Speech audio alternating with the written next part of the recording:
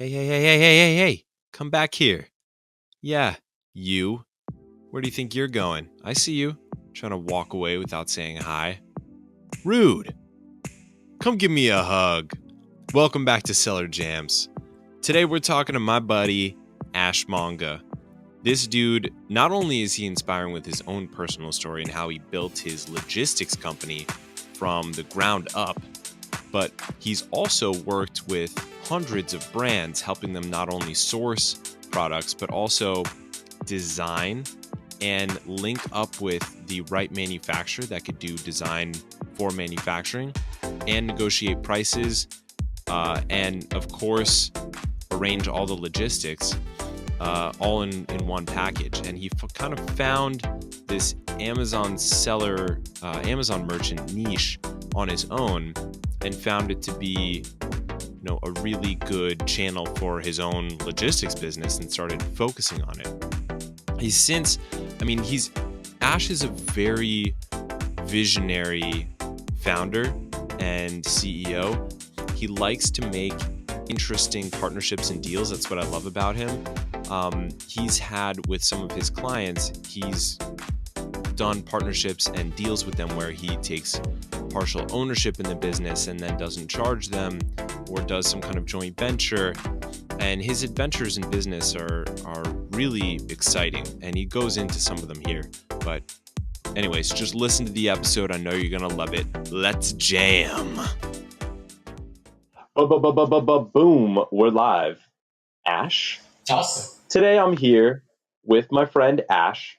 Ash and I have been friends for Ash, how long have we been? A couple of years, 3-4 years actually, since we met in Austin that first time. I remember sitting next to you at a restaurant in Austin, just chilling with you and one of your, what's his face? Your friend, who always brings his wife. Oleg, was it? Oleg. Yeah, it was Oleg. Yeah, Oleg's a great guy. His wife's very chill too. Yeah, that's where we first met. And then since then, we've linked up all over the freaking world. Shanghai. Have we linked up in Hong Kong? Maybe. I don't know. It all blurs together. Yeah. So we keep running into each other, and we've helped each other out over the years. So yeah, it's a pleasure to have you on, bro. Great. Thanks for having me, Chris. Very excited to be on the show. Right on. Yeah. So first of all, can you explain your accent? This is a question I've always wanted to ask you. You have one of the most interesting accents of any man I've ever known. Yeah, it's a bit of a mix of everything, I guess. So I was born in India. When I was younger, I moved to the UK. I was there for about 8 years, and then I ended up in China. And what I've actually realized, right? That's where I've been for the last 10 years. And what I've found is, since I've been here, my Chinese hasn't got any better, but my English is definitely getting worse by the year. So. Oh, God. You have the worst of both worlds. I'm sure you got a couple of key phrases, though, right? Like when I was living in China, I learned the most important thing for me to know is how to order green tea. La Ibe Lu Cha. I had to be able to say, give me a cup of green tea. And I learned that, and I used it all the time. Do you have a couple phrases that you just use all the time? Yeah.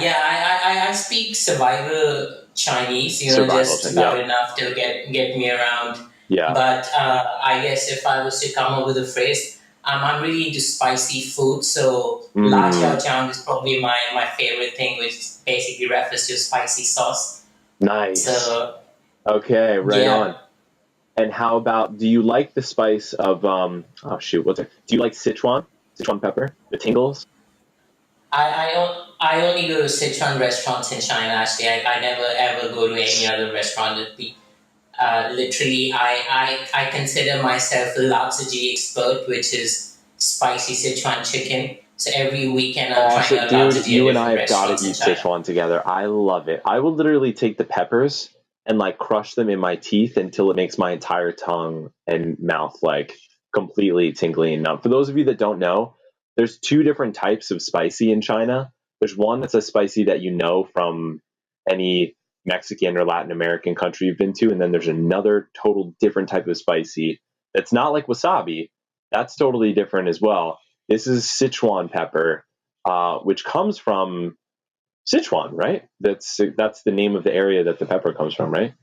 And it gives you the feeling that Right. somebody put your tongue in a headlock and made the entire thing go numb with pins and needles. And some people hate it and some people love it. And Ash and I love it. We got to get some Sichuan food together, dude. Next time we get together. Absolutely, absolutely. Oh, I remembered It takes a another. while to get used to this. I mean, when I first came in, when I first tried this, I wasn't a big fan. But Uh, once you get hooked to it, then you just love it. oh, yeah, it's one of those things, right? Like every kid hates like the taste of coffee and beer, and it's one of those things that's like it's something that jars you the first time you do it, but it's kind of like a sick, sadistic, in a masochistic way. You like it. I don't know how to Right. describe it, but you guys got to try it. It's great. I remember one other like long Chinese phrase that I remember, and it's "wo da gai wei xing bu she lai ting ni bi bi de she da," and it means I didn't open my WeChat to listen to your bullshit. Hmm. And Nice. Yeah. it's from this Chinese rap song um, by I think the Higher Boys. It's great. I'll send it to you after this, but I, that's I, I feel your Chinese is already way better than mine. So yeah, very impressive. so it's all from listening to Chinese rap music, man. All from that Chinese rap. I gotta start doing that. Yeah, I'll send you the songs. The songs are hilarious because they're half English, half Chinese. I believe it's the Higher Brothers. It's the Higher Brothers or the Higher Boys. Anyways, we'll put it in the show notes.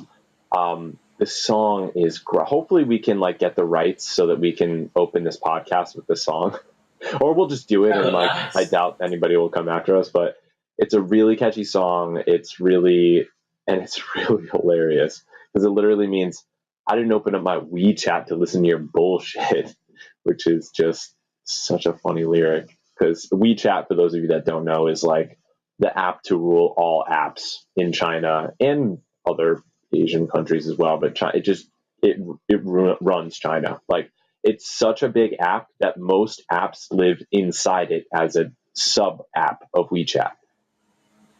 Right, right. They call it a mini programs. Yeah. Well, anyways, before we go down a crazy rabbit hole, just shooting the shit with each other, Ash, can you give the Stellar Jamsters a little down low on, first of all, what you do?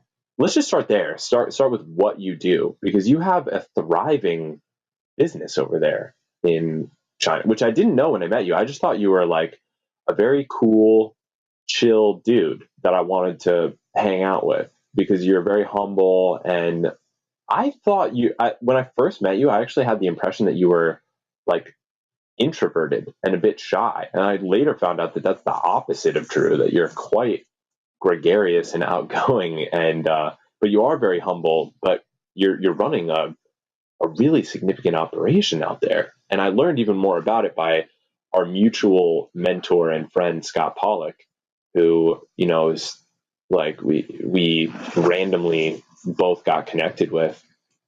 And he told me, how serious, things are over there in a good way. And I've seen some of your Facebook posts and stuff. So yeah, tell everybody what you do. No, definitely. I appreciate your comments, but yeah, I've been in China for the last 10 years, I guess. And about 8 years ago, I started this company called iMix Sourcing Services. And the whole idea was, I was when I was in the UK, I was bringing in products from China and India. So that's how my relationship with Chinese suppliers started. And I had all these issues. So when I moved to China, I was like, it's nice to be on the other side of the fence and see what I can do to help people. Primarily in the UK, we started off with the UK as our focus market. Avoid some of those issues, and that's how this company started. And about 5 years ago, when FBA kind of really started to take off, we started getting a lot of inquiries from Amazon sellers, and that's when we decided that we would focus our business on e-commerce sellers only because we always wanted to be a very tech savvy company, and sourcing has always been a very traditional kind of a space. So Yeah. we kind of found our niche there where we wanted to combine technology with international trade in some way, and so we decided we want to be a sourcing company for tech savvy entrepreneurs or e-commerce sellers, to be more specific. And that's how we started this. And over the years, we kind of, we came up with, a couple of years ago, we came up with this thing called 360 Portal, which is like an online Hmm. portal that allows you to see what's happening with your productions, kind of allows you to track the status of your shipments and stuff. And that's something we're still working on building further. But that's what we do. We are an outsourced supply chain management company wherein people would come to us if they need help importing from China. And nowadays, we kind of focus on mid to high end sellers because that's where we find we add the most value. And we pretty much take over the whole process, right from finding the suppliers to doing the due diligence, signing contracts, quality control, and logistics if needed. So it's a fully outsourced supply chain operation, and the whole idea is it allows our clients to kind of really focus on their core capabilities, which in most cases is selling online. Yeah. No, and I think it's a really out of the box way to think about it when you allow yourself to kind of, because the conference we met at, it was all people that had brands and were there to learn about how to better grow their brand. And here you were with a sourcing company. Like, you weren't going to sourcing conferences. You're going to you're going where your customers are. I think that's really awesome. Like, and really kind of out of the box and forward thinking. Is one example of that is there's a conference that's happening next weekend in New York City where I currently am, called Toy Fair, and I'm going to it because I believe that Judo Launch can help a lot of the toy brands and toy companies succeed on Amazon. And I think there's a huge opportunity there because it's not a place where you find, it's like a blue water, I wouldn't expect to find a bunch of, Amazon software companies or e-commerce software companies or Amazon agencies there, which is Absolutely. why I want to go, you know, and I love that attitude you've had. No, you got to be where your customer is. I think that's key. I mean, I think it depends on what your goal for the conference is.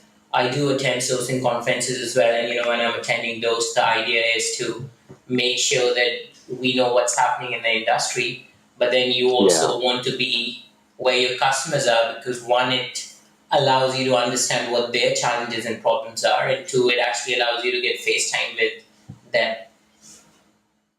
Right. And you guys operate a pretty unique way, right? Because you maintain long-term relationships with your customers. It's not a transactional thing. It's not one and done.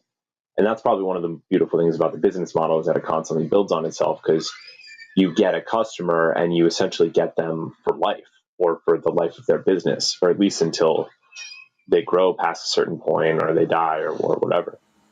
Yeah, it's a very long sales process, to be honest. I mean, from the time a customer contacts us to the time that they're doing serious business with us, it takes about a year at least.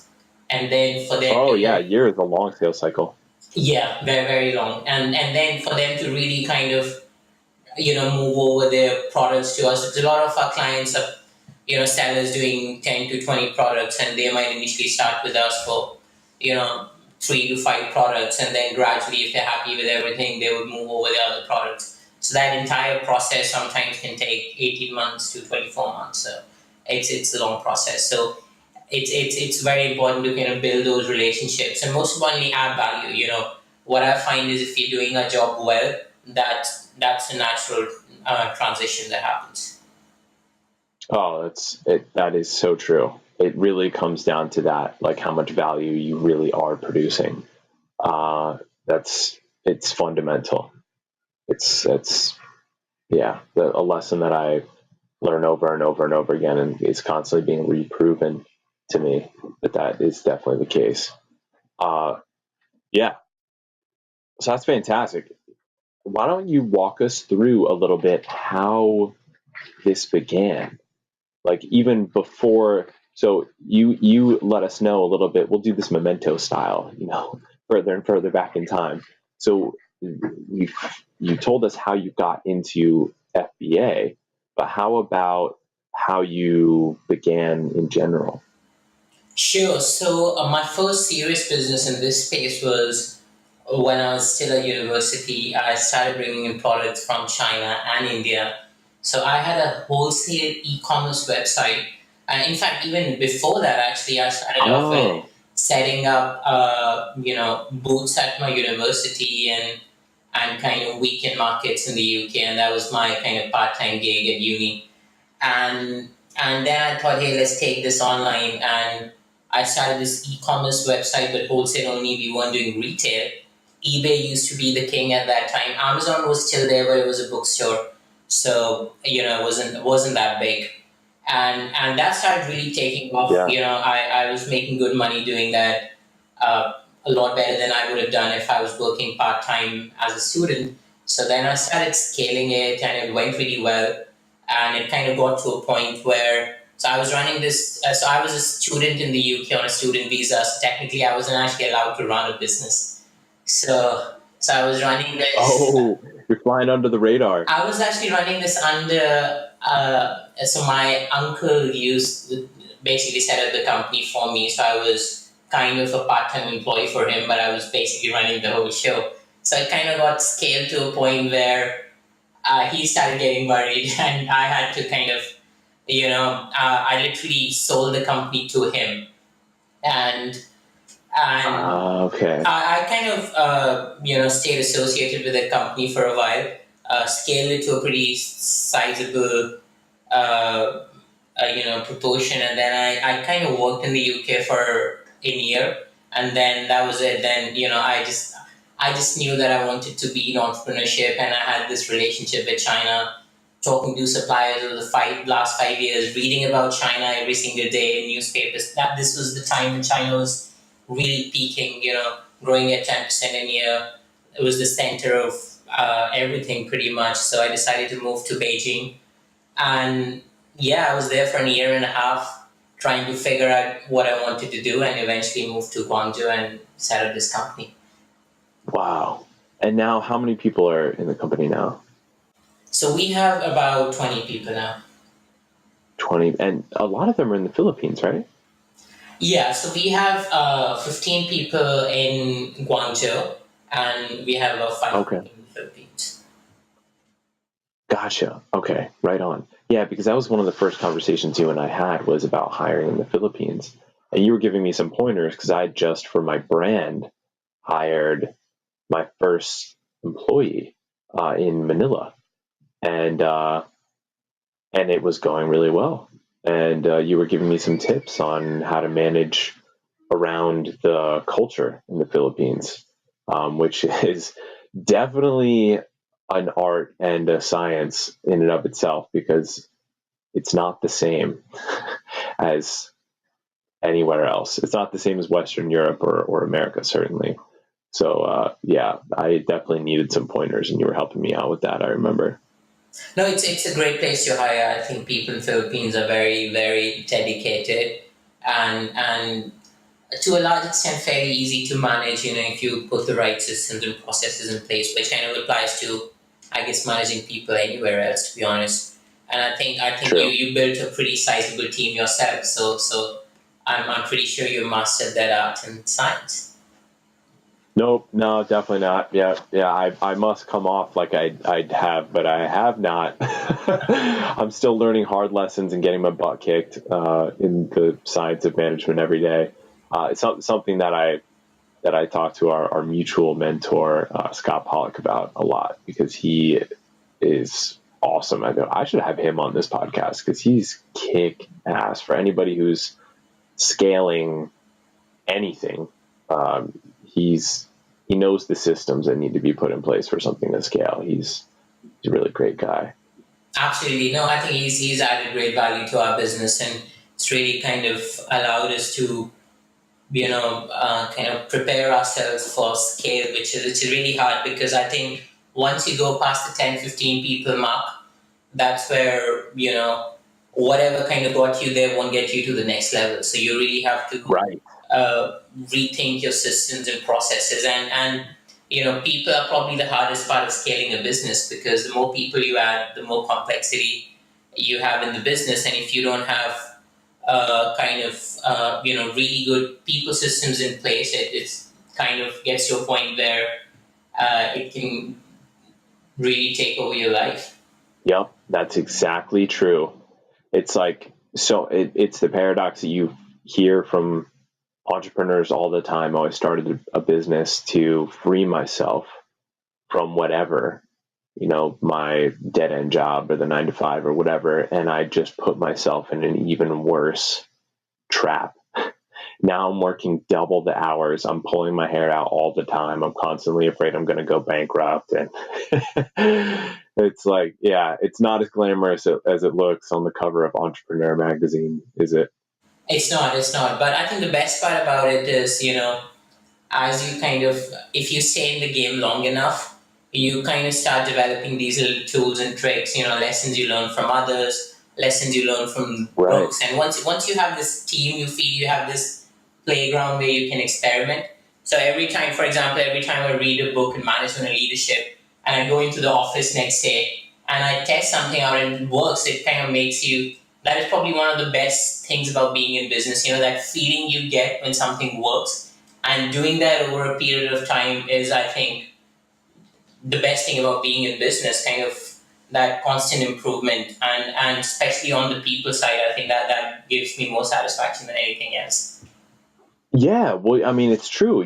That's to me, that was one of the biggest things that caused me to know that I had to kind of strike it out on my own, whether I was going to fail or whether I was going to succeed, because I wanted a direct feedback loop from my actions to my results.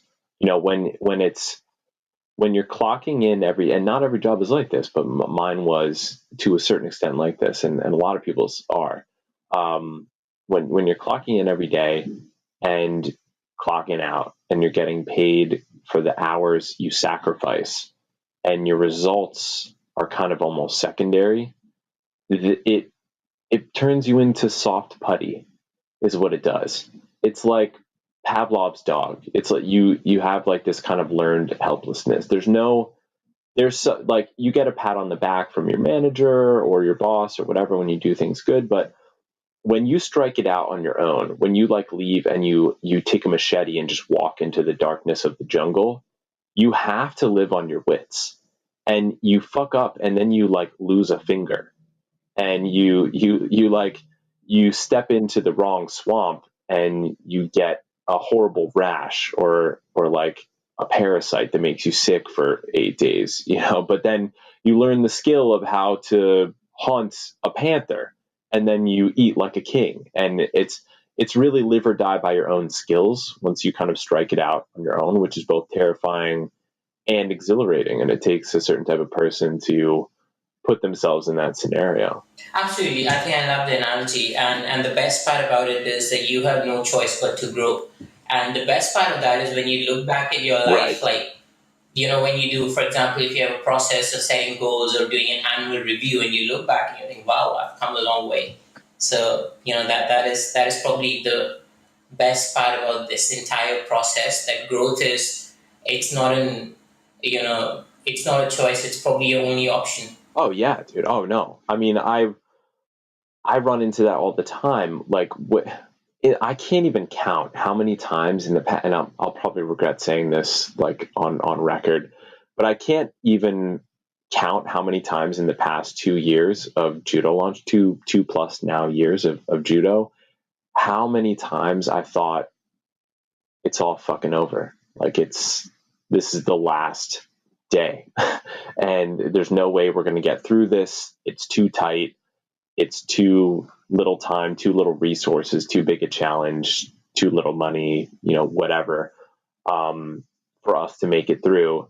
And then it like ignited something inside me to force myself and also motivate the people around me to get the thing done and to turn the ship around, like at any cost almost. And it's like a phoenix, right? Like it's like a death and rebirth almost happens instantaneously, because whether you say you are or not, or whether you want to or not, your identity gets tied to your business. I think it's just unavoidable. And I've heard so many speeches at these guys, even the conference that you and I met at, Ash.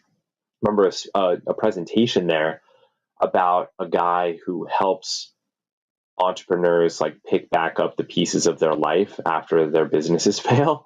And it was like a harrowing stories that you hear from this guy. Like these guys, these people end up completely destroyed, like shadows of who they were when they go through a bankruptcy of their business, or they go through having to shut the business down after pouring their heart and soul into it. And it's because you tie your identity to it. It's like you said, it becomes, the catalyst for your growth. It becomes the bucket that you pour all of your energy and passion into, and you tie every, vein and artery of your heart directly into this thing. So if it fails, it's almost like a part of you. It feels like a part of you is dying or will die if that happens.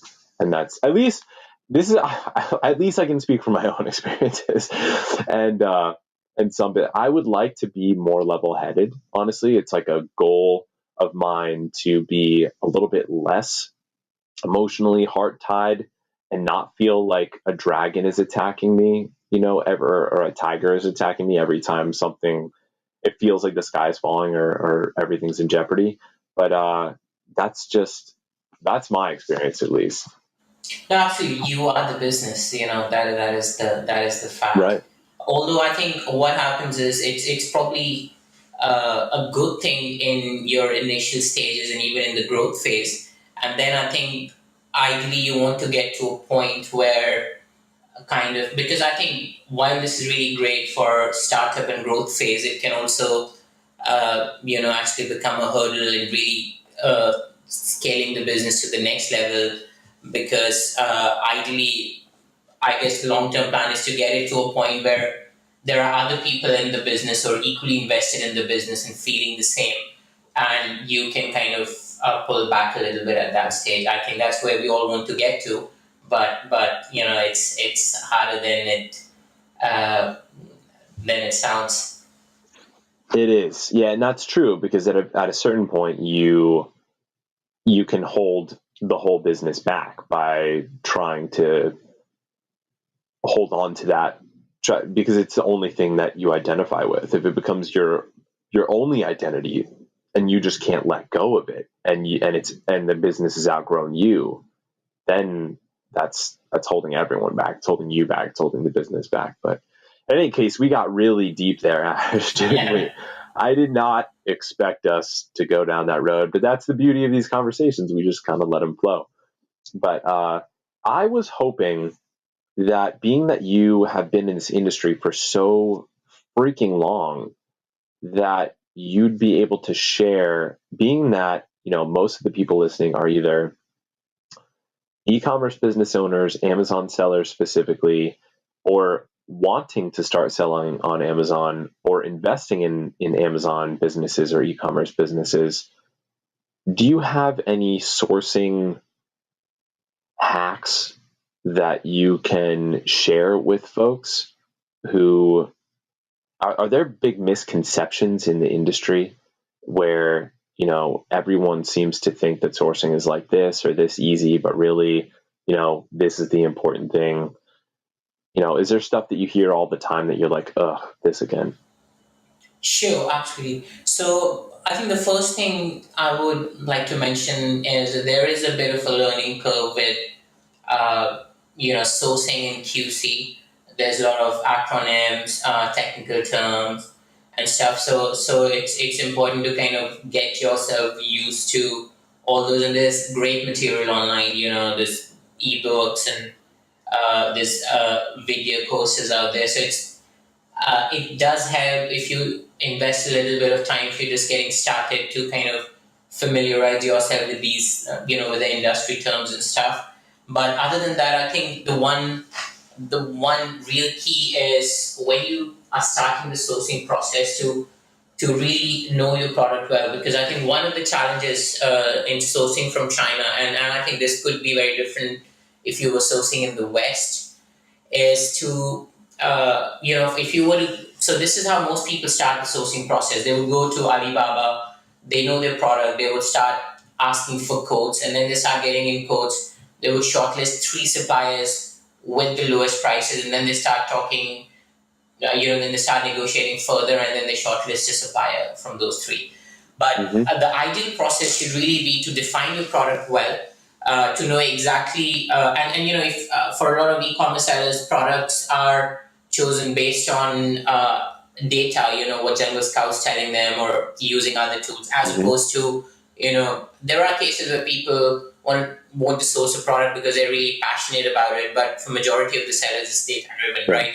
So they're not always like experts in that product. So it's very important, and it's very easy now. You can go on YouTube and you can search for manufacturing processes for most products out there.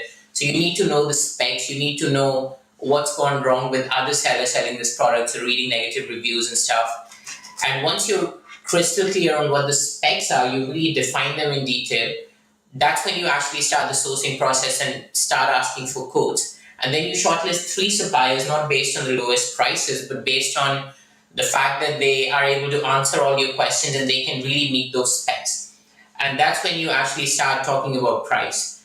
So the difference in the two processes, in the first process, you're already eliminating suppliers who can actually deliver the product that you want. And that's a recipe for disaster, because then you have all kind of QC issues. Because you're only looking at price? Yeah. Because what happens in China is, my experience is that by default, when you ask a supplier for a quote, they're quoting you for the minimum possible spec of any given product. Even if if they've been selling their product, say in the US, and they know what the US standard is, unless you have asked for that standard, they will quote you for the minimum possible standard of that product. So because they know that they're competing against hundreds of other suppliers on the platform, and to get your order, they need to quote low. So this is really key, that unless you ask for something, you don't get it. And this is where I see so many importers kind of mess this up. So I think that's really crucial. Be very clear about what you want. Shortlist the suppliers based on whether they can deliver exactly the spec you want. Spend a lot of time clarifying, even if you kind of got a spec sheet and the supplier says, yes, I can do it, and this is the price. Go over that spec again, ask them, are you sure this is going to be the CPU, this is going to be my memory and stuff like that. Once all that's clear, I would normally like to get samples from at least three suppliers. Again, my shortlisted three suppliers. Once you have approved samples in your hand, that's when you actually start talking price. So the key difference is, you're focused on specs and quality first, and then price is last. Whereas for most sellers, it's the other way around. And in certain business models, that could work. So it's very important that you're clear about your business model. If you're trying to sell a premium product, then this is the process that you should stick to. If you're in a market where, and this doesn't apply to most e-commerce sellers, but if you're an offline seller where your goal is to sell mass volumes at the lowest possible prices, and this kind of applies more to a lot of the developing markets, then that strategy might work. Even then you want to be clear about what you're getting. But in most cases, it's starting with price and shortlisting suppliers based on prices is a recipe for all kinds of quality issues. Yeah, I totally agree. But the only thing missing to me, that when I hear that, if I put myself in the shoes of somebody who, for instance, is just starting out in this world, how do they even know what specs are important? Because they're not the experts in the manufacturing of the product. They're the experts ideally in the marketing of it or in the market opportunity, because they're, like you said, they're using tools like Jungle Scout and et cetera to find out where the opportunity is, and they know what would be good, but maybe they don't know, say it's like apparel or something. Maybe they don't know, is it like double stitching is more high quality than single stitching, or if it's, there's, how do they find out those? Is there some kind of company, or can they talk to one manufacturer first and kind of like sneakily get some data from them about what specs are good? Or do you have any tips on that? Like, how do they create that product, ideal Sure. product spec? No, absolutely. There's tons of ways of doing this. You start off with looking at what's already selling on Amazon. So you order products from your competitors. You start reading their reviews. So that's a good starting point. The next thing you can do is go to YouTube and search for the manufacturing process of that product. You can, let's say if you put how do you manufacture kayaks, or replace that with any other product, you can get the manufacturing process for most products. Mm-hmm. The next thing is I think one strategy that works really well is initially talking to trading companies. Now, trading companies, they tend to have higher prices, but better, communication skills. They tend to speak English and stuff. So I find they are talking to them is a great way of collecting information about the industry and product before you actually start approaching the real manufacturers. Because if you were going to the manufacturer and asking really basic questions, then they know that you're just starting out and their price would be adjusted accordingly. So I like to speak to trading companies and ask them as many questions as I have, which allows me to refine my spec before I go to my best suppliers. So that's another strategy. And of course, the final thing you could do is, if your product is really sophisticated, you could you could either outsource it to a company like ours. This is something we do. A lot of our name is actually quite misleading, because a lot of people think we're mainly a sourcing company, but actually sourcing is probably about 15 to 20% of our workload. 80% of that is kind of quality control and project management. So that's another option. And again, if your product is really sophisticated, needs a lot of certifications, there are compliance experts out there, so you might need to get them onboarded as well. So that's also something to be aware of. If you're getting yourself into really sophisticated products that need FDA approval and stuff, then you need to have a budget that kind of supports the certification and compliance requirements of those kind of products. Because at some point that's going to catch up with you, and Amazon's getting, with each year they're getting more and more strict about compliance requirements and stuff. Yes, that is so true. We see that a lot with the companies we work with as well. And yeah, no, that was really insightful, great advice. Going to YouTube, ordering, the whole first page of the competitors that you want to in some way emulate, hopefully not copy, but in some way emulate, or that you look up to, say, to find out the specs, and talking to the trading companies. Yeah, no, that's fantastic. And I think, like you said, that's the opposite way that most people go about it. Most will just go out and look for the lowest possible price, which is just a recipe for long-term misery, in my experience. It ends badly. It always ends badly, because if someone that's not in one of the major like manufacturing cities in China, it's like somewhere in the middle of the country, with no ports nearby, and it's like, a shack with a family that runs it, and they can offer their products for half the cost of something made in Shenzhen or Ningbo or whatever. This, first of all, when you get to a certain, and this happened to our one of our mutual friends. I won't say his name just in case he doesn't want this information out there. But this happened to one of our mutual friends, where he was working with a really small supplier, and he started growing really fast, and they couldn't meet his demand. They just couldn't, and they never told him this. He didn't know until like he tried to place an order, and they're like, "We just can't make that many." He's like, "Wait, what? What do you mean you can't make that many?" And then he was in this crisis where he had to go around finding somebody to produce it for him. And this supplier was basically telling him, no, we'll expand. And then finally he finds out that it's just like a little like garage operation. It's not really that bad, but it was like a real small scale operation, like in one of these towns or cities, and little cities in China, by the way, are like the size of New York City. Like for China, like, there'll be some city you've never heard of that's like 8 million people, 10 million people.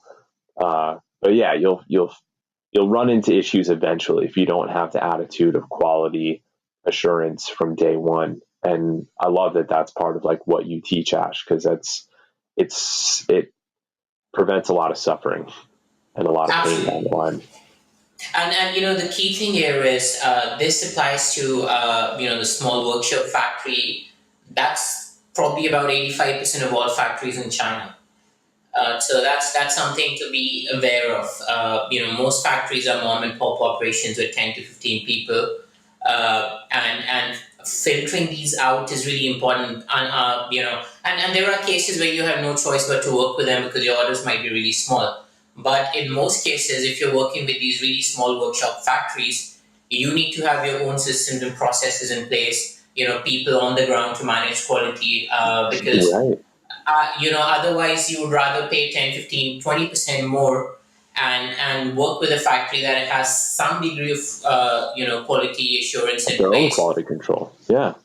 Absolutely. So So much less headache. yeah.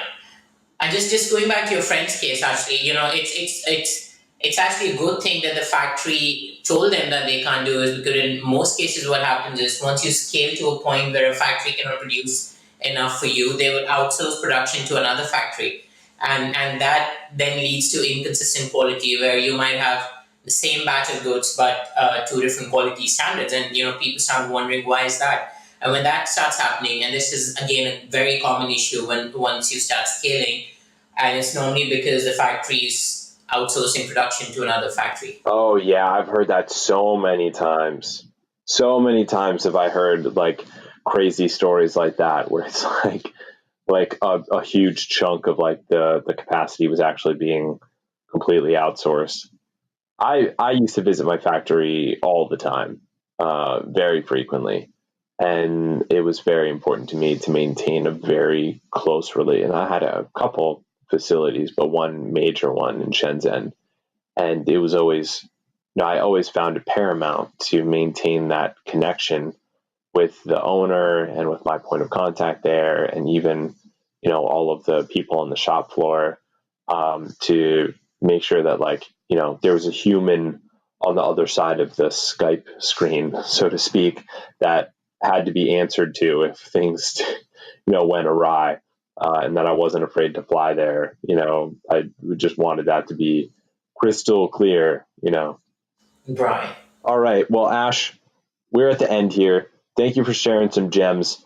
Is there okay? So on our podcast, instead of asking for your favorite book or your favorite resource, we demand that you tell us a weird or strange fact about yourself. Oh, that's a tough one. I know I didn't prepare you for this, and because I was hoping that we would get something real strange right off the tip of the brain. Right. Give me a moment to think about that, actually. Most people think they're like really normal, but then they like reflect for a minute and they're like, oh, actually, no, I'm like super weird. Yeah, no, I'm pretty weird. I'm pretty sure of that. I'm just trying to think of. I'd agree. Ash. You are, and that's coming from me, and I'm like a super freaky weirdo. So yeah, so it's Yeah, genuine. I mean, at the risk of not really exposing myself, I think what I can think off the top of my head is I'm pretty obsessed with cricket, and I know probably in the US most people don't even know about it. Cricket, the sport, it's big in it's big in the UK. It's big in Right, most countries that were under the British rule, actually. UK, Australia, India, and stuff. So. right, Irrespective of what time the game is, whether it's during the work day or whatever it is, I make sure that I'm at home watching my game, supporting my team. even if I have to miss the most important business meeting of my life, I do that. Oh. So Oh my god! You know what that reminds me of is what's his face? Gary Vaynerchuk, yeah, Gary V. So he's the same way about. I'm going to get this wrong and then probably just get crucified for it. But I think it's the Jets. I think he loves the Jets, but they literally have to plan like the whole company's like schedule around the Jets games because he'll be home on his couch like watching them no matter what, like no matter what is happening. yeah. Apparently, I might have the wrong team, but No, it's I a do the football same team. thing. I mean, I would probably make some excuses at work to leave early or to not show up. I don't. I'm not always Uh, very honest about it because I don't want to make my team think that they're basically working their ass off and I'm sitting at home watching cricket. But it's it's oh, I think I hear my mom calling me for yeah. dinner. It's an addiction. It's not really something I choose, but it's important to have a couple of these things to kind of take your mind off work. I'm pretty sure I make up for it. So yeah, True. that's Um, I am 100% sure you do, dude. You're one of the hardest working people that I know. So let yourself have that. There are worse addictions. Let's just say that. As far as addictions go on the spectrum, this is on the good side. So let's keep this one. true. True. Yeah. No, I definitely made it. All right, brother. Well, thank you for joining Cellar Jams. Thanks for sharing your story, sharing your weird fact, sharing us a bunch of awesome sourcing tips that you don't read on blogs and that are totally counterintuitive to the way that most people go about sourcing on Alibaba and platforms like that. It's been wonderful, man. Great catching up with you again. Thank you so much for having me, Chris. It's been a great pleasure, and yeah, I look forward to catching up with you at some point. Excellent. Right on, man. All right. Have a good one over there in China. Great. Take care. Not so fast. Come here. We're gonna have a little chat. Don't just run away as soon as the conversation's over. Okay, now it's me and you time. Did you like that episode? I bet you did. If you did, let me ask you one thing. Could you see yourself finding it in your heart to write a review? Even if it's just one word. Even if it just says, but. No. Well, don't choose that word. Maybe another word, like scar. Just forget everything I just said. Never mind. Don't even do it. You're probably driving anyway. Hope you guys loved the episode. Hope you got a lot out of Ash's story. I sure do every time I talk to the guy. We've linked up all over the world, as you heard in the episode, from Austin to Hong Kong to Shanghai, and who knows where I'm going to see him next, but love the guy and love you guys. That's the most important thing, my jammies. Have a kick-ass day and come back.